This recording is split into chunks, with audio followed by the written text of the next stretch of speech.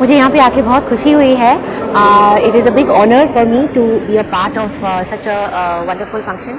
I am so inspired by Dr. Sheikh's speech and her personality. I think she thinks just like me and any other woman, and I would really wish her all the best. May the force be with her. I paint and I also teach children, and I work with underprivileged children and special children.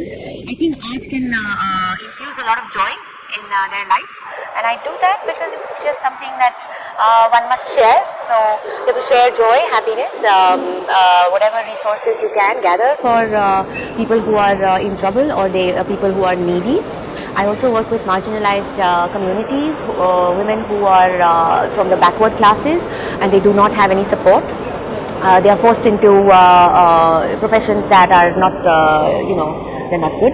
And they don't have a choice, really. The little girls, they don't have a choice. They're just pushed into it. So I work with a foundation in Rajasthan. It's called the NOWHERAN Foundation, and I think they're doing some brilliant work in the rural areas. For somebody like me who's been born and brought up in a very cosmopolitan surrounding. My father was in the army. He retired as a colonel, a very highly decorated war veteran, and I'm one of 3 daughters. So he just brought us up like boys, and he never stopped us from doing anything. Go ride horses, go ride motorbikes.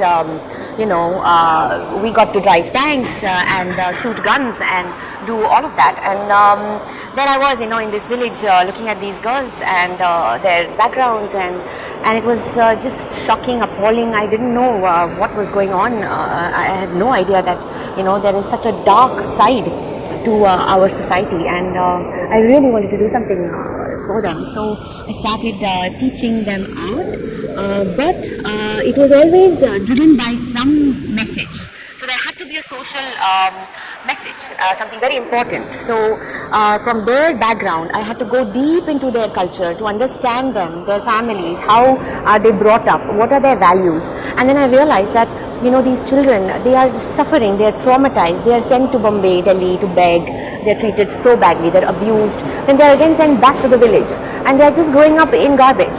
And this foundation is trying to educate them, and these girls are actually now getting out of that profession, and they are looking at another career.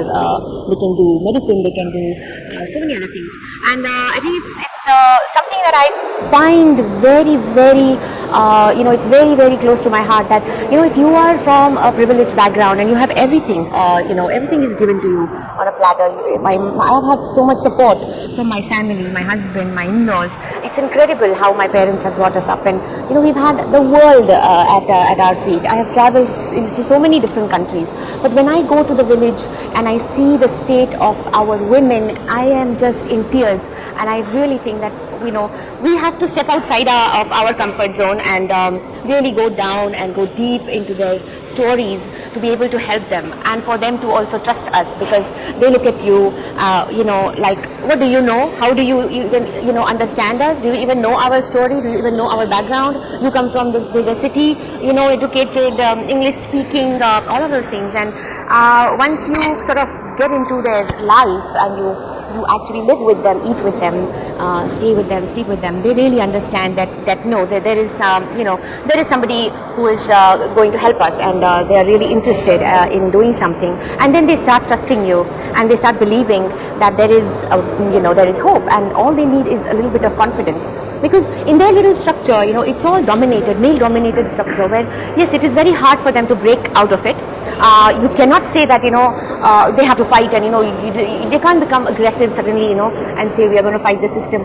So they have to live in those boundaries, and they have to survive in that. So whatever it is that they can do, I think they just get a little bit of confidence, and people like us, we really have to do this. It's our duty, really. Thank you so much, and I'm really happy to be here, and I'm privileged and honored, and I would really love to be a part of this movement in some way or the other, and keep helping. Thank you.